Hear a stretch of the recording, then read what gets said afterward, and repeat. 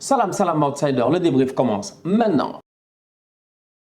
Le Barça l'emporte aujourd'hui 4-1 à l'extérieur à la Mestalla face à Valence et le Barça est de retour, j'ai dit, mais même pas de retour. Ils sont même en course pour la Champions League. Cette équipe-là qui, il y a quelques mois, était lâchée. Elle était lâchée. Les supporters étaient dans le désespoir. Ils n'y croyaient plus. Cette équipe-là, aujourd'hui, elle est en train de se battre pour finir peut-être troisième, voire peut-être même, qui sait, deuxième de ce championnat-là. Et c'est là où, quand même, il y a un paradoxe qui est assez fascinant. C'est que le Barça, lors du match cette semaine face au Napoli, il joue bien. Il joue très bien, j'ai eu l'occasion de le dire, leur match est très intéressant. S'ils gagnaient ce match-là 3-0 ou 4-0, ça n'aurait pas été un scandale. Ce Barça-là, aujourd'hui, les erreurs qu'ils ont faites face au Napoli, ils ne les ont pas faites face à Valence. Ils ont réussi, offensivement parlant, à être dangereux, à être létal, à être précis. Et c'est là où quand même il faut les saluer. Parce qu'on va être très très sérieux, le Barça n'a frappé que 6 fois aujourd'hui. Ils n'ont eu que 6 tirs. Les 6 tirs étaient cadrés et des 6 tirs cadrés, ils ont eu 4 buts. Ça, c'est ce que j'appelle de l'efficacité. Et c'est passé à travers un superbe Aubameyang. Un superbe Aubameyang. Un Aubameyang qui bouffe l'espace. Un Aubameyang, je dis bien, d'Arsenal de Dortmund, un boy que l'on connaît. On connaît l'étendue de son talent et on connaît sa capacité à pouvoir finir des occasions qui ne sont pas facilement finissables. La première passe qu'il reçoit, elle est extraordinaire. Je vais revenir là-dessus, mais sa finition est sensationnelle. Il a l'occasion de courir, d'ajuster ses pas et de placer le ballon. Même pas il a frappé le ballon, il n'a pas boulé. Il a placé le ballon à l'intérieur du poteau du gardien de Valence. Franchement, Pierre-Emerick Aubameyang sur son deuxième but, son positionnement est parfait. Encore une fois, la passe est sensationnelle, mais son positionnement à la limite du hors-jeu est magnifique. Il vient, il claque son tapine. 2 buts pour Oba, pourvu que ça dure, parce qu'on va être très très sérieux. Le Classico, c'est dans un mois. Si je ne me trompe pas, c'est le 20 mars. Donc le Classico, c'est dans un mois. Le Barça a besoin d'un Aubameyang qui soit au top pour jouer ce Classico-là. Mais au-delà de cela, le Barça aura besoin d'un Aubameyang qui prenne de la confiance, qui reprenne l'habitude de marquer pour pouvoir espérer sortir le Napoli. Parce qu'on sait très bien que le match retour, là-bas, au Stadio Diego Armando Maradona, il ne sera pas simple. Oba reprend de la confiance, mais il y en a qui sont sur le terrain et qui sont déjà pleins de confiance. Et là, c'est là où j'ai envie de parler des enfants, de Gavi, de Pedri, de tous ces enfants-là qui sont juste sensationnels. Franchement, on voit des petits jouer, ils n'ont même pas 20 ans et on prend ça pour acquis. On pense que c'est normal. C'est pas normal. Franchement, c'est pas normal. Ce que font ces enfants-là, c'est pas normal. Je réitère encore une fois, sortez-moi les actes de naissance. J'ai envie de voir si réellement ils sont nés, je dis, dans les années 2000. Parce que c'est pas possible. Ces petits-là sont trop talentueux, trop sereins, trop arrogants sur un terrain de football. Le petit Gavi, il n'a peur de rien. Son positionnement est toujours parfait. Et c'est là où j'ai envie de saluer Xavi. Parce que franchement, on va être sérieux, pour la première fois depuis quand même quelques matchs, on a vu un football intéressant, un football travaillé. Franchement, un football travaillé. Un football qui est juste magnifique. Parce que si tu regardes les dédoublements des latéraux avec le travail de Serginho Dest qui a été très bon aujourd'hui, le travail de Jordi Alba qui a été excellent en mode quarterback de l'arrière, a donné des superbes ballons. Donc du coup, tu as un latéral comme Dest qui fait l'effort. Après, derrière, tu as un Dembélé qui décroche un tout petit peu ou qui prend la profondeur. Tu as un Gavi qui sait bien se positionner, surtout sur la passe qu'il reçoit, je pense la passe coupée qui est juste magnifique. Ces gars-là en tant que tels, c'est eux le futur du Barça. Et aujourd'hui, je pense que Ousmane Dembélé doit prendre du plaisir dans cette équipe-là. Ousmane Dembélé, peut-être qu'à force de le faire jouer, il va revoir ses demandes salariales à la baisse, il va se gérer, peut-être qu'il va vouloir rester. Parce que franchement, Dembélé, je le vois mal réussir autre part qu'à Barcelone. C'est le seul club qui a eu autant de patience avec lui.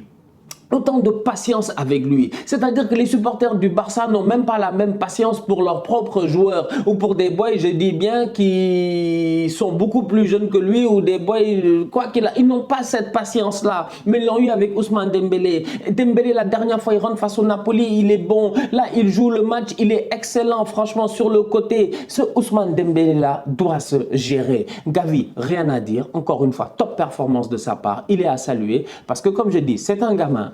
Mais dans sa tête, c'est un ancien. Pedri, absolument rien à dire sur son football. C'est le meilleur joueur de cette équipe-là. Il est trop fort. Il est très très fort. Il est anormalement fort. Je l'ai dit ici plusieurs fois, il dicte le rythme de l'équipe. Waouh! C'est lui qui dicte le rythme de l'équipe, je dis bien. C'est lui qui décide de ce qui va se passer ou pas. C'est lui qui décide de si on doit accélérer ou pas. C'est lui qui décide de si vous devez ralentir ou pas. C'est lui qui décide d'absolument tout. Pedri, franchement, tu lui donnes le ballon, tu es serein, tu es rassuré parce que tu sais que s'il perd le ballon, c'est parce qu'il y a faute. Et s'il perd le ballon, je dis, c'est anormalement, c'est rare. C'est très très rare. Il ne perd pas de ballon. Il est lucide, il est sensationnel, il est calme, il est posé. Je parlais tout à l'heure de Gavi en disant que c'est un gamin, mais il agit comme un ancien. Eh bien, Pedri, on va être très sérieux. Lui aussi, c'est un gamin. Il agit même pas comme un ancien. Il agit comme quelqu'un qui est là depuis 20 ans et qui a déjà, je dis bien, des ballons d'or ou quoi que ce soit. Parce que la facilité avec laquelle il est au milieu de terrain, la facilité avec laquelle il dicte le tempo du match, c'est juste magnifique. Le gars n'est même pas titulaire. Il rentre en cours de jeu et tu vois immédiatement que le boy, il est là. C'est-à-dire qu'il y a des gars, ils rentrent, tu n'es pas convaincu. Lui, dès qu'il rentre sur le terrain, tu sens que c'est lui qui est là, que c'est lui le padré, que c'est lui le jefe. Franchement, il est impressionnant. La dernière fois, je demandais au milieu de terrain du Barça, à ces gamins-là, Gavi, Pedri, comment il s'appelle, Nico, de frapper plus. J'en demandais de frapper. Je l'ai dit la dernière fois. Boum, boum, boum, frappez. N'ayez pas peur. Frappez, frappez, frappez. C'est important de frapper parce que face au Napoli, le Barça, il se crée beaucoup d'occasions, mais constamment, ils essaient de rentrer dans la surface de réparation. Ça fait partie de l'ADN Barça. Il n'y a pas de problème. C'est dans leur football. Mais de temps en temps, il faut surprendre ton adversaire. Des petites frappes de l'extérieur, ça peut marcher. Et c'est ce que Pedri a fait aujourd'hui à la perfection. Quelle frappe. Pouf. Franchement, bravo. Défensivement parlant, les lacunes sont toujours là. Il va falloir trouver un moyen pour régler cela. Maintenant, le mercato est déjà fait, donc du coup, il faut compter sur les gars qui sont là.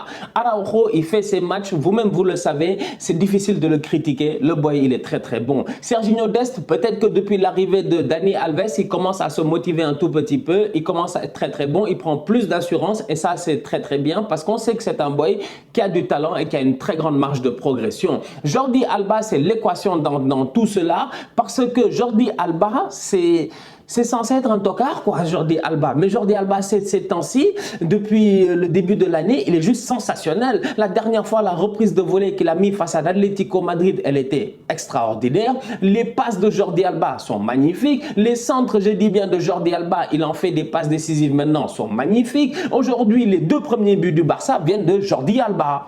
Ils viennent de Jordi Alba. C'est Jordi Alba qui fait une ouverture extraordinaire. Je dis tel un... J'ai l'impression que c'est Busquets. Je me suis dit dans ma tête, c'est peut-être Busquets ou peut-être que c'est Frenkie de Jong. Mais c'est certainement pas Jordi Alba. Et non, c'est bien Jordi Alba qui fait une ouverture sensationnelle pour Aubameyang. Et sa finition, j'en ai déjà parlé, elle a été magnifique. Sur le deuxième but, c'est lui aussi qui fait encore une fois une superbe ouverture sur Ousmane Dembélé, si je ne me trompe pas. Donc aujourd'hui, on va être très sérieux. C'est des enfants au top.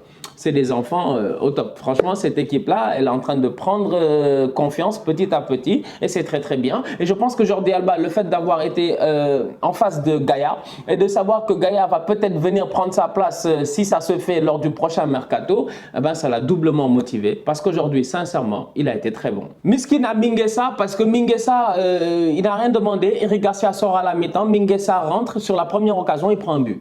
Son positionnement n'est pas bon. Tu sens qu'il n'a pas eu l'occasion peut-être de prendre ses repères, de parler avec Araujo. Il y a Frenkie de Jong qui lâche aussi son gars au marquage. Donc du coup, Mingueza, il doit couvrir. Il est trop lent. Et derrière, ça fait mouche. Défensivement parlant, il y a énormément d'efforts à faire dans cette équipe-là. Au-delà de cela, Marc-André Ter Stegen doit se gérer. En première mi-temps, il a failli prendre un but. J'ai pas compris, franchement. Le centre, il est là, mais sort le ballon dans l'autre sens. Il met le ballon dans ses buts avec sa propre main. J'ai eu l'occasion de le dire la dernière fois. Main ferme, main flasque. Et sincèrement, Ter Stegen, de temps en temps, c'est la main flasque. Sur la tête, je dis, le deuxième but de Valence, excusez-moi, le seul but de Valence, il doit, je sais pas moi, il doit peut-être plus boxer le ballon, même si la tête est à bout portant. Je m'attends à ce qu'il boxe plus le ballon, à ce qu'il fasse quelque chose, je sais pas. Et pourtant, le ballon passe comme du n'importe quoi. Ferran Torres avait raté énormément d'occasions face au Napoli. Eh ben, aujourd'hui, on va être très sérieux. Il va falloir qu'il se gère et qu'il fasse beaucoup mieux dans les semaines à venir. Le Barça a besoin d'un Ferran Torres en confiance. Aujourd'hui, si tu regardes bien, offensivement parlant, Dembélé fait son match, Oba fait son match, mais Ferran, c'est lui qui est un peu under the level. C'est lui qui n'a pas le niveau, je dis, dans ce match-là, offensivement. Et pourtant, ses courses sont bonnes. Pourtant, son positionnement n'est pas mauvais. Mais dès que le ballon arrive dans ses pieds, il est pris par la tenaille de de Valence et n'arrive pas à s'en sortir. Et ça, c'est dommage parce que c'est un enfant qui est là pour performer. Maintenant, on peut lui donner du temps. Il a peut-être besoin de temps. Mais est-ce que le temps est éternel? Je ne pense pas. Franchement, il va falloir qu'il commence à se gérer très très vite. Les actions de but ont été travaillées et ça s'est vu. Ça s'est vu. Et c'est peut-être ça la patte de Xavi. Il lui faut du temps, il n'y a pas de problème. Le problème, il est simple, c'est qu'il doit se qualifier en Ligue des Champions, quoi qu'il arrive, et il ne doit pas être ridicule face au Napoli. Prochain match du Barça, c'est face au Napoli. Eh ben, on s'attend à ce que tout cela se concrétise là-bas à Naples. Tout cela doit se concrétiser là-bas à Naples. Ils en auront des occasions face au Napoli, mais sachez que c'est une équipe très très défensive, c'est une équipe qui sait défendre et qui est une équipe qui est très très soudée. Donc du coup, trouver des espaces, ce sera plus compliqué et c'est de là où tu as besoin de cette létalité-là, de cette efficacité-là. Parce que claquer 4 buts en 6 tirs, c'est exceptionnel.